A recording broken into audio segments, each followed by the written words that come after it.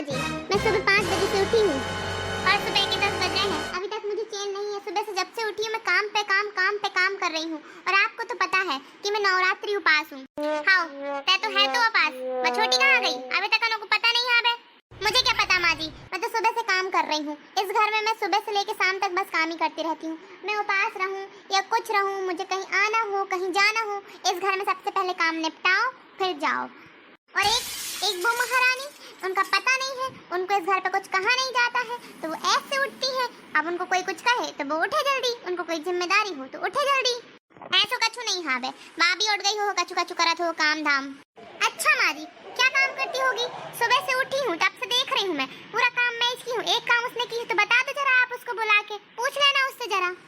तो काहे चढ़चढ़ा रही थे और काहे नहीं बोली आप काम खिलाने?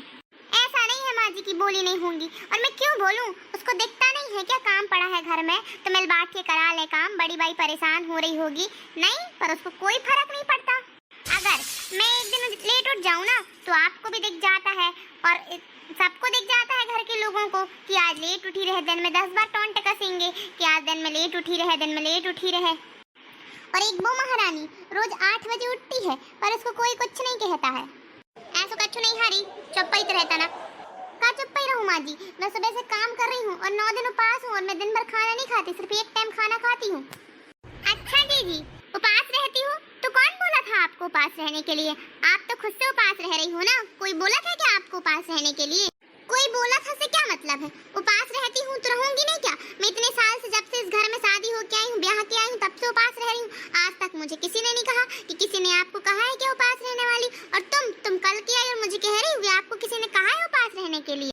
तो उपास हो तो काहे बड़बड़ा रही हो, काहे सबको चार को बता रही हो कि तो आप उपास हो उपास उपास हो? चुप ही रहो ना। तो चुप ही रह रही छोटी, हल्ला नहीं कर, चुप रह जरा देर। और सही तो कह रही है बा कि सुबह 5 बजे की उठी है और तक कहाँ रहे? तो इतना देर से कहाँ रहे? तो कछु काम धाम आम धाम में हाथ बटाने कि नहीं बटाने आए? पति रहा है 8 बजे तक। ऐसा नहीं है माँ जी कि मैं 8 बजे उठी हूँ, मैं भी 6 बजे की उठी हूँ। तो क्या कर रही थी सुबह 6 बजे से उठ के? मुझे तो नहीं दिखी तुम 6 बजे से। सुबह से उठ के जिज्जी मैं रात की कपड़ा फुलोई थी 2 बाल्टी, उन्हीं को धुल रही थी, तो उसमें टाइम नहीं लगेगा क्या? और सुबह से नहा रही थी, अब बिना नहाए किचन में आ जाओ तो भी दिक्कत, और नहा के अब नहीं आओ थोड़ी लेट हो जाओ तो भी दिक्कत। मतलब दिक्कत हर चीज में है आपको।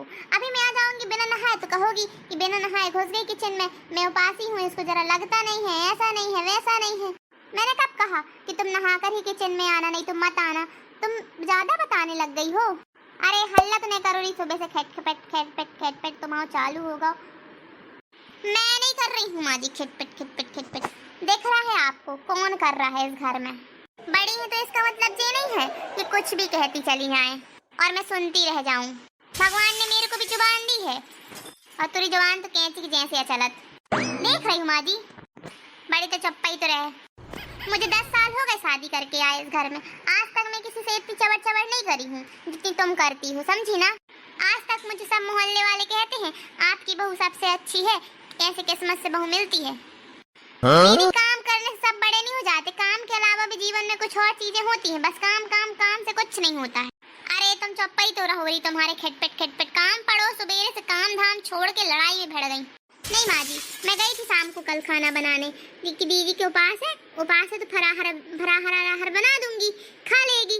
पर आ गई तमक के और कहने लगी कि मैं अपना खुद बना लूंगी, मत बनाना तू। तो मैं आ गई अब अपने कमरे में, मैं काय बनाऊं अब? और फराहर अकेले काय बस बनाएगी दीदी? अब जब बनाई रही तो पूरा खाना ही बना ले। जब मेरे को वो ऐसा बोल दी तो मैं काय नहीं आऊंगी अपने कमरे में। काय बहू काय ऐसा कहे रहते? ऐसा नहीं कही थी माँ जी, मैंने कही थी कि देख मैं जरा उपास हूँ, तुम अपने लाने खाना बना लेंदे, फिर तो बना लियो खाना। ऐसे नहीं बोली थी जीजी। कैसे बोली थी बताइयो? जब बोली थी तब याद कर लो कैसे बोली थी, का टोन थी आपकी, मैंने सुना है, मेरे कान में अभी बात गूंज रही। अरे तुम दोनों एक दूसरे से लड़ना भिड़ना बंद करो री। जगह में तो बड़ी है वो छोटी है, बहनी घाई रहो तो नहीं, तुम्हारा यही लगो हाथ है। माँ जी मैं तो बहन के जैसे ही रहना चाहती हूँ, पर अब जीजी को पसंद ही नहीं है ये सब, तो मैं क्या करूँ? अब जीजी यही चाहती है तो मैं क्या करूँ?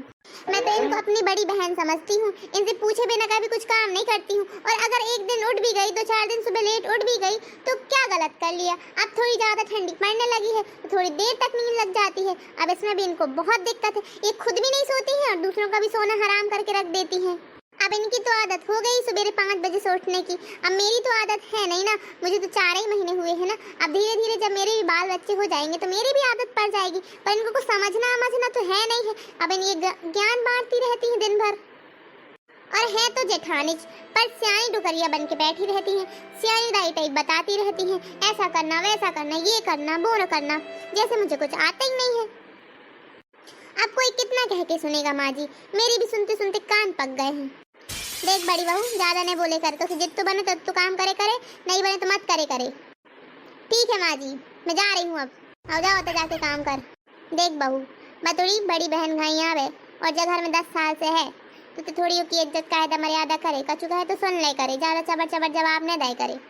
माँ जी मैं तो देती ही नहीं हूँ, पर वो खुद मेरे से टहनी लेती रहती है, तो अब मैं क्या करूँ, मैं भी ज्यादा देर तक तो सुन नहीं सकती ना। हाँ पर इतना ने बोले करे, तनक कम बोले करे, ठीक है जी माँ जी।